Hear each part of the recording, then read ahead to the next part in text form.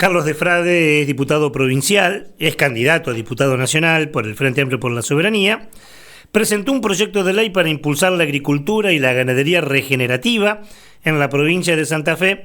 Nos pareció un tema muy interesante, muy piola para poder charlar, discutir, ver de qué se trata, cómo se relaciona esto con la producción y con la necesidad del cuidado del entorno. Así que enorme placer de estar comunicado además con un amigo de quien habla, que es Carlitos del Frade. Hola Carlos, ¿cómo te va? Buenas tardes. Hola Ricardo, un gustazo, ¿cómo andan ustedes? Igualmente, enorme gusto y con ganas de hablar de esto. ¿Cómo vos, además de diputado, sos periodista de pura cepa, cómo explicamos en tiempos radiales qué es una agricultura y una ganadería regenerativa? Por sobre todas las cosas, tener en cuenta el costo de las formas tradicionales de explotación irracional que tienen los suelos, con una idea clara: mantener los suelos, regenerar los suelos y tratar de evitar la mayor cantidad de síntesis químicas que no tienen nada que ver con la naturaleza, para que justamente tengamos diversidad en la producción, no solamente de la agricultura, sino de la ganadería. El cuidado ambiental, la agroecología, la biodiversidad, esos son los postulados fundamentales, porque es además lo que hoy comienza a desarrollarse también en otros lugares del mundo. Por eso quedarnos anclados en modelos de desarrollo de ganadería y de agricultura que tienen más que ver con intereses ajenos a nosotros parece ser un pésimo negocio, no solamente en lo económico, sino en lo sanitario, sino también en lo ecológico. En un momento, y nosotros lo hablamos mucho con los campesinos de verdad, con los emprendedores que intentan trabajar cuidando la tierra, digo, en un momento donde el suelo está muy enfermo y donde si no paramos, de acá a un tiempo vamos a pasar de ser de ese lugar donde éramos el, ponele, granero del mundo, a no poder trabajarlo más al suelo, ¿no?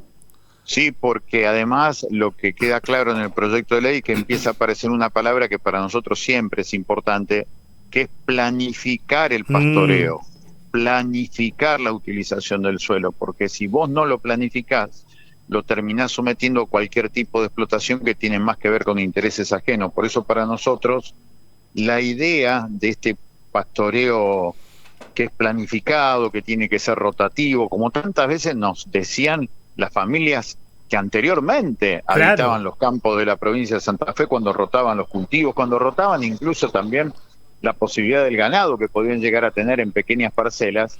Eso de alguna manera tenía que ver con una sabiduría ancestral, con una agricultura ancestral, como también definen algunas organizaciones vinculadas con una explotación totalmente diferente del suelo, porque me parece que efectivamente estamos con el riesgo concreto de que se pierda aquello que alguna vez en la escuela primaria pintábamos siempre de verde. Cuando nos tocaba desarrollar la idea de la pampa húmeda, lo pintábamos de verde. Hoy ese verde ya está amarillo de hace rato. Claro. Vos sabés que, porque hay todo un tachín ensordecedor, un bombardeo desde ciertos sectores, mucha gente, inclusive con buena voluntad, estará escuchando y dirá, bueno, pero si hacemos esto, no vamos a producir tanto. No es así, ¿no? No, porque además las experiencias que vienen no solamente de Europa, sino de otros lugares de América Latina, marcan que este desarrollo genera, primero, que el suelo viva y perviva. Esto es fundamental. Y después que el ganado que se va a criar con este tipo de producción, con esta idea de rotar todo, de que se disminuya lo más que se pueda los insumos sintéticos, tienen una mejor calidad, se venden mejor, con lo cual los márgenes de ganancia terminan siendo prácticamente empatados, pero en donde se termina ganando es en el futuro. Con esto los suelos tienen futuro, con esto el ganado tiene futuro, con esto las familias que trabajan en el campo tienen futuro. Con la otra me da la sensación que hay como una fecha de vencimiento. Por eso siempre hablamos de profundizar la idea de la agroecología, porque incluso ahora hasta el término agroecológico empieza a ser usado por las grandes empresas químicas, Ricardo. Por eso es indispensable empezar a hablar de esto, de una planificación, tratar de saber cómo se pueden disminuir los elementos sintéticos químicos que no tienen nada que ver ni con el ganado ni con el suelo, y por eso queremos hacer un proyecto juntos, porque ya hay otros proyectos de ganadería con esta idea de ser regenerativa, pero nosotros decimos hay que tratarlos juntos. la agricultura y la ganadería regenerativa. Es la única manera de planificar en serio un desarrollo que sea compatible con esta idea de futuro. Pero además hay prácticas concretas, por ejemplo, el trigo HB4, ese trigo hecho entre Bioceres y la Universidad Nacional del Litoral por el equipo de investigadores que lidera la doctora Cham, ha demostrado menor rentabilidad que el trigo agroecológico que hizo, por ejemplo, la gente de EPAS en Desvío Orijón. Claro, y justamente con la gente de EPAS estuvimos la semana pasada. Mira qué bien. Y nos comentaban esto de lo que significa la agricultura ancestral, como le llaman ellos, y efectivamente es para nosotros un paradigma para ver hasta qué punto podemos ampliar la dimensión, hasta dónde se puede llegar. Ahora, para eso tiene que haber un compromiso político. Nosotros creemos además que en esto de fomentar la cuestión de la agricultura y la ganadería regenerativa tiene que estar a cargo del Ministerio de la Producción, tiene que hablar un plan provincial, pero también un fondo de fomento que no solamente sea incentivos y créditos, sino que también ese fondo de fomento se encargue de capacitar y desarrollar las mejores investigaciones para hacer esto de una planificación y no agotar el suelo. Nuestro amigo y productor José Villagrán quiere saludarte y hacerte una pregunta, Carlos. Hola Carlos, ¿cómo va? Buenas tardes. Hola José, ¿cómo estás? Gracias. Yo te quiero sacar un poco de este tema y te quiero llevar por otros lados. Recién estuvimos haciendo esto es ponerte en un compromiso, desde ya te pido disculpas si quedamos en offside, pero recién estuvimos haciendo un informe central sobre lo que dejó la reforma de la Constitución de la provincia en cuestiones ambientales. Charlamos con gente de Capibara, charlamos con gente del socialismo, con algunas posturas distintas. ¿Vos tuviste la posibilidad de leer ya la Constitución de la provincia? ¿Qué te parece al respecto? No, la cuestión ambiental a mí no me gustó cómo se trató. Igualmente yo no leí la totalidad de la Constitución, porque además yo voté en contra de la necesidad de la reforma, por lo tanto me aparté de esto, de la discusión. Pero a mí me parece que claramente la idea de que aparezca el derecho al agua, pero sin decir que es un derecho humano, que no aparezca el derecho, o mejor dicho, la naturaleza como sujeta de derecho, también me hizo ruido, porque siempre habíamos trabajado con muchas organizaciones ambientales, con mucha gente de lo que significa toda la conciencia de salir del antropocentrismo para meternos en el ecocentrismo. Nosotros queríamos poner esto porque era un salto hacia adelante, realmente proteger para las próximas generaciones. Así que no me gusta cómo salió lo ambiental, como tampoco me gusta cómo salió lo impositivo, como no me gusta cómo salió lo laboral. Igualmente cada uno de estos artículos después tiene lo que viene ahora. Claro. El conjunto de leyes que va a tratar de imponer el gobierno de Puyaro para adecuar, según su perspectiva, según el tremendo poder político que tiene, de aplicar la Constitución de acuerdo a sus intereses. Acordate que después va a venir otro cuerpo de leyes que va a interpretar la Constitución de otra manera. Y a propósito de esto, que estamos hablando de vida legislativa, ¿qué pasará este año? ¿Tampoco se va a ni siquiera discutir este proyecto presentado por vos durante mucho tiempo y elaborado conjuntamente con el colectivo Paren de Fumigarnos, que regula, limita las fumigaciones terrestres, prohíbe las aéreas y fomenta la agroecología, entre otras cosas? Nosotros vamos a insistir para que se trate, porque es una vergüenza. Ya es la séptima vez que se presenta este proyecto con distintos autores, con distintas autoras. Nosotros esta ya es la tercera vez que lo presentamos nosotros, y fundamentalmente acá lo que queda claro es la subordinación de la cuestión política a los intereses del poder económico en la provincia, que tiene que ver con este negocio de las multinacionales, en donde claramente la democracia del veneno se impone, porque en realidad lo que se impone es el poder económico sobre la política. Y este es un problema, por eso no se termina nunca de tratar la reforma de esta ley que viene de 1995. La única vez que tuvimos la posibilidad era cuando Santiago Mascheroni, que ahora está como secretario de Justicia de la provincia de Santa Fe, pudo sacar un texto porque él estaba totalmente convencido de lo que estamos hablando, pero después, por supuesto, lamentablemente no se terminó votando, se terminó cajoneando, y siempre los intereses económicos primaron sobre las cuestiones de la salud de la gente en la población, porque lo que hay que hablar es que cuando hablamos de esto no hablamos solamente de ecología, estamos hablando de la salud, de menos casos de cáncer en la provincia de Santa Fe, de eso estamos hablando. Sí, en esa oportunidad tuvo media sanción de diputados y no se trató en el Senado, ¿no? En el Senado, exactamente. Lo vergonzoso es lo que decís vos, ¿no? 7 veces presentados y una sola vez discutido. Sí, una sola vez discutido y la otra vez en pandemia. Me acuerdo que el Senado inventó en plena pandemia por primera vez la Comisión de Ecología. Mirá lo que le interesaba a los tipos que recién en el 2021 se les ocurrió poner una Comisión de Ecología. Carlos, si yo te quiero llevar a algo más coyuntural, sacándote del ámbito ambiental, vos sos candidato a diputado nacional. Yo te quiero hacer dos preguntas en una. Dale. ¿Cómo se hace para encarar una campaña que está claramente polarizada entre a nivel nacional entre La Libertad Avanza y el peronismo?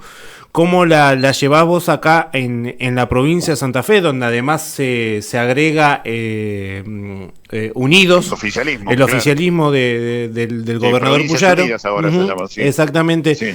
¿Y cómo se hace, pensando en el futuro, llevar una discusión de temas concretos y serios a la Cámara de Diputados cuando vemos que sesión tras sesión parece ser cualquier cosa menos una sesión de diputados, donde hay gritos, donde hay insultos, donde hay show mediático y donde los temas en concreto y la verdad que los temas que nos preocupan a los ciudadanos de a pie están lejanos? ¿Cómo lo pensás, cómo lo planeás y cómo pensás llevarlo adelante?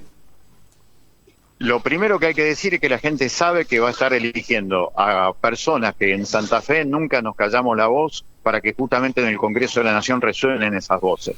No se elige presidente, sino se elige la mejor representación para decir y defender los intereses del pueblo santafesino, para decir y defender los intereses argentinos. Allí nosotros mostramos lo que somos, lo que venimos haciendo hace 10 años en la legislatura provincial, lo que venimos haciendo hace 30 años del periodismo de investigación. Por eso yo estoy convencido que por lo menos la elección acá en Santa Fe va a tener 4 fuerzas políticas. Nosotros vamos a estar en el Congreso de la Nación porque hay un reconocimiento de ir siempre por el mismo lado. Nosotros nunca pactamos, nunca tomamos atajo con las fuerzas políticas tradicionales, porque dentro de esas fuerzas políticas tradicionales hay buena gente, pero también hay sectores muy oscuros y por lo tanto es indispensable separarnos de esta idea de la política que tienen los grandes partidos, de pedirle siempre permiso a la Bolsa de Comercio para hacer política, de pedirle permiso a las multinacionales para hacer algo. No queremos eso, creemos que no pasa por ahí. Carlos, una Argentina latente. Sí, perdóname que te interrumpa. Sí. ¿Ese es un tiro por elevación a algún sector del peronismo? No, pero también del socialismo. Ah. El socialismo, ¿qué hace detrás de Scalia? No tiene sentido. No tiene sentido estar detrás de Scalia. No tiene ningún sentido. Y también, por supuesto, sectores del peronismo que han elegido un atajo en lugar de seguir proyectando un peronismo más progresista, que obviamente hoy ya no está porque está detrás de un armado que hizo Armando Traferri, que de nuevo aparece claramente vinculado a cuestiones de corrupción. Yo la verdad que no entiendo esas cosas. ¿Por qué apurarse tanto?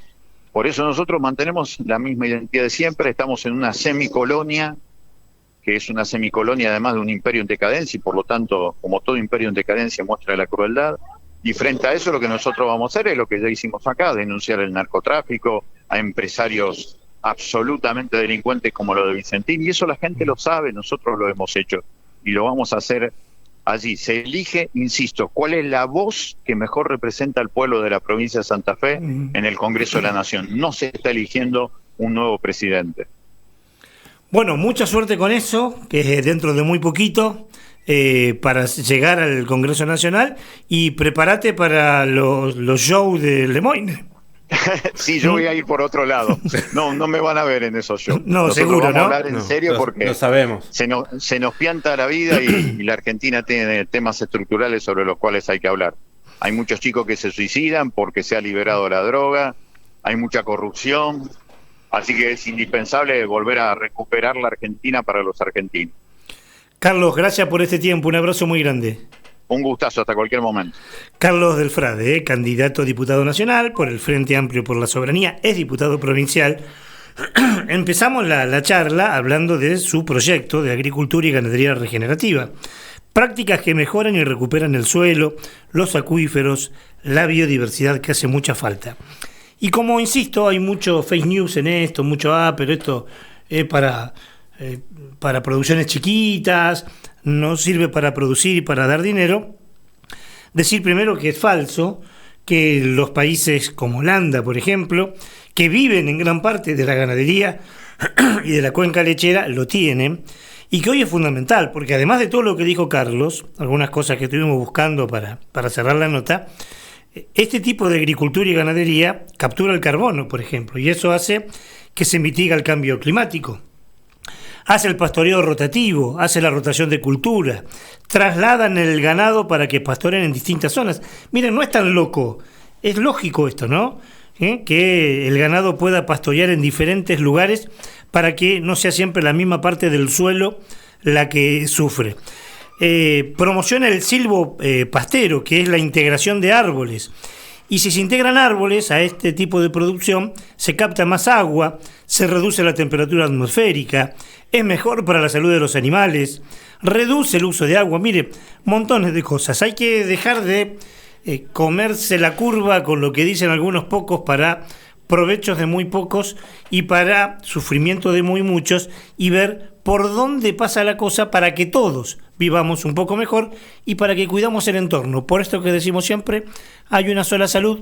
Si el territorio está enfermo, los cuerpos estarán enfermos. Si están sanos, estarán los cuerpos también sanos.